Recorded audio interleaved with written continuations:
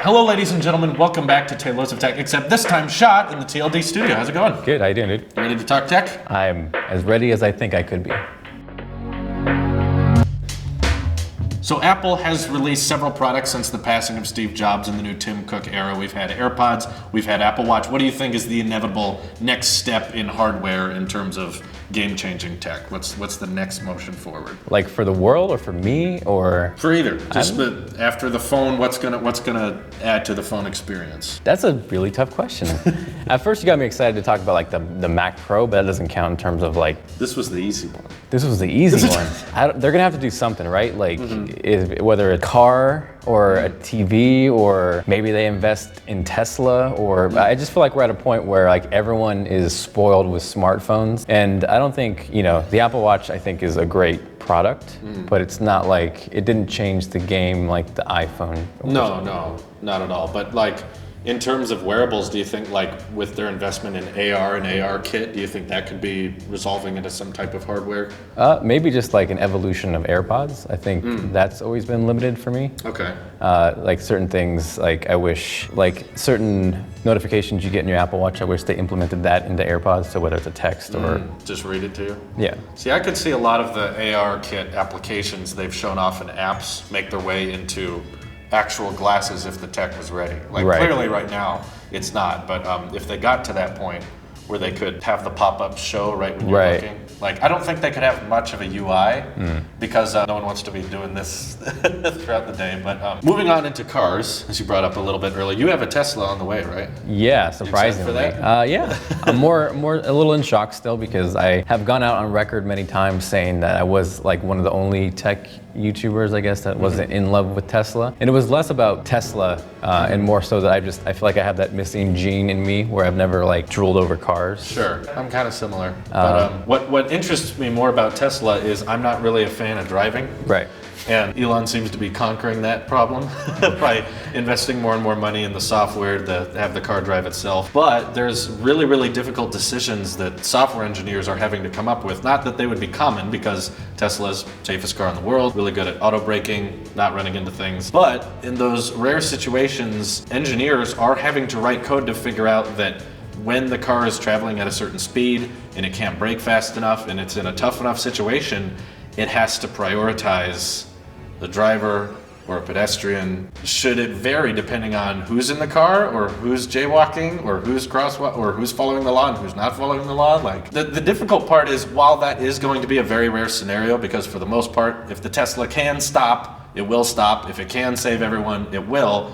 But there are those rare situations where it's going to have to make a choice that normally a human, in the spur of the moment, wouldn't really have time to think. Right. The code has to be written for that. So not that it's an easy one, but do you think it should prioritize the driver or just the maximum amount of lives? I am gonna go with the max amount of lives. Yeah. In my situation at any given point, like what's the best possible outcome? And it's just the least amount of casualties. I would go that route. Right, which is tricky because a lot of people may not be into the car that might kill them if it helps save other people they've never heard of, I don't know, man. I feel It's like tough. at any point, whether someone's breaking the law, I don't think anybody deserves that. I don't think in that situation necessarily. That's true. Unless, it's like you're blatantly drunk and driving and like kind of endangering other people. But no one deserves bad. No, I think that's fair. But it's really tough because there's so many variety of situations, and it only has to happen once for it to go to court and everything gets messy. And I can understand why someone would want it to always protect the driver, just because it's the car that's serving the owner, right? Why would it prioritize other people? But like you said, no one deserves that. Yeah. No matter what situation caused this, no one deserves. It's very tough. I feel bad that those engineers have to figure that kind of stuff out. I'm glad I don't have to decide because I have a hard time with it. But it's a great, tough question. Makes you think.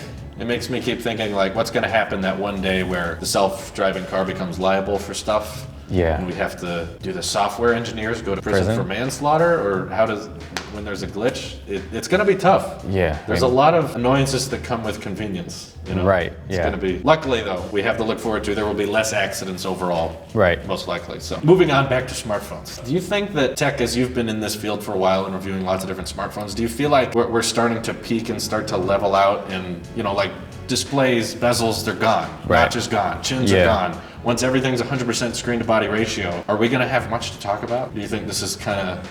Yeah, I feel like we still have room to go with cameras and battery life, I would say. I think displays are probably like, how could they get any better? Right.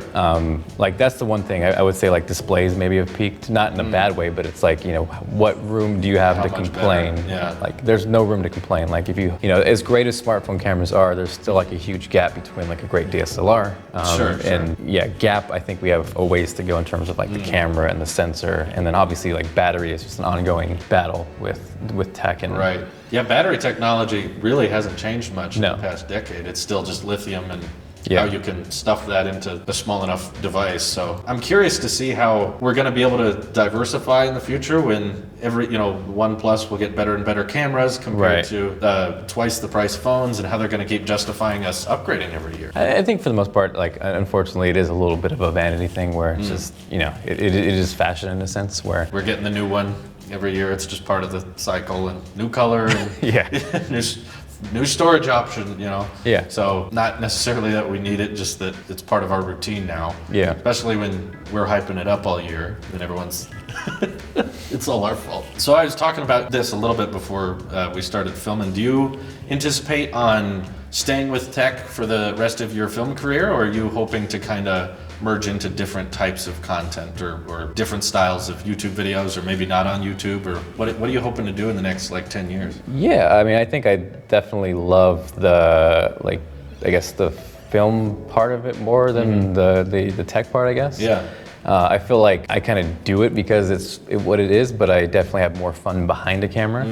I've never been like a great talker or presenter. That's always like come hard to me. Right now I just gotta project, and like someone like you who knocks out a take in 10 minutes blows my mind. Like recently we've kind of branched off and dove into more like film-like project, which has been a lot of fun. So yeah, I see this tech thing for the foreseeable future, but I love music and recording, and I definitely want to do many things besides just tech. I know you've got Kevin doing gaming stuff there. Do you do much gaming yourself, or? I like the idea of gaming. I used to be big into it.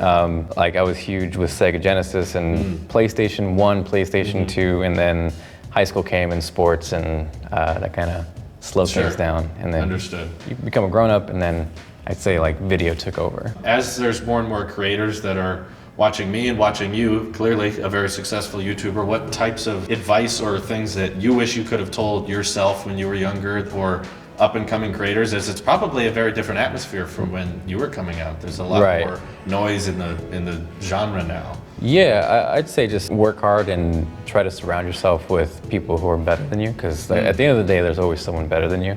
Right. And I think, as much as it's been a friendship with kind of the core people I hang out with, you look up to them and you respect them, and if you kind of think your stuff is the best, you kind of cap out at a certain level. Right.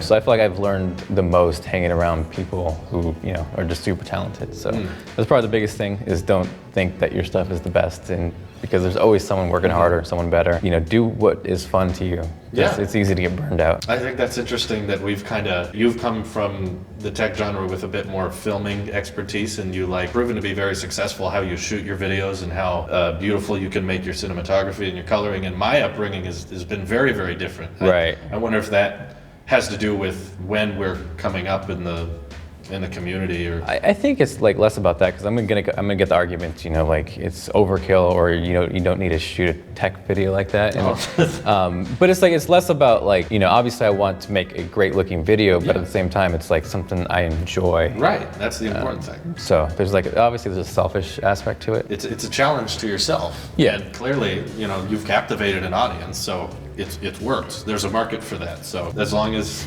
you can enjoy it and there's a market for it, then that's beautiful. That's how it works. More fun question. If you got appointed CEO Apple one day, what do you change? What do I change? Or do you change it? You leave it all the same, or is there one thing Apple does that you would completely change in your one day. I bring the Mac Mini back. That's it. Have you seen Have you seen the reports? Yeah, I've heard the That rumors. might be happening. Yeah. I'm very interested in that. Yeah. Going back to cars a little bit, we talked briefly about Apple in the car game. Do you think it would make more sense for Apple to make their own car and market it? Based on some rumors growing, they're saying it wouldn't even be ready till like 2025. Right. Seeing where Tesla is now, Yeah. and imagining where Tesla is in 7 years, do you think Apple making their own car is the best move, or do you think they could add something that Tesla doesn't have? Or Yeah, I mean, I honestly think it'd be great if they kind of joined forces. Yeah, I mean, work together. Elon's openly stated that he needs help.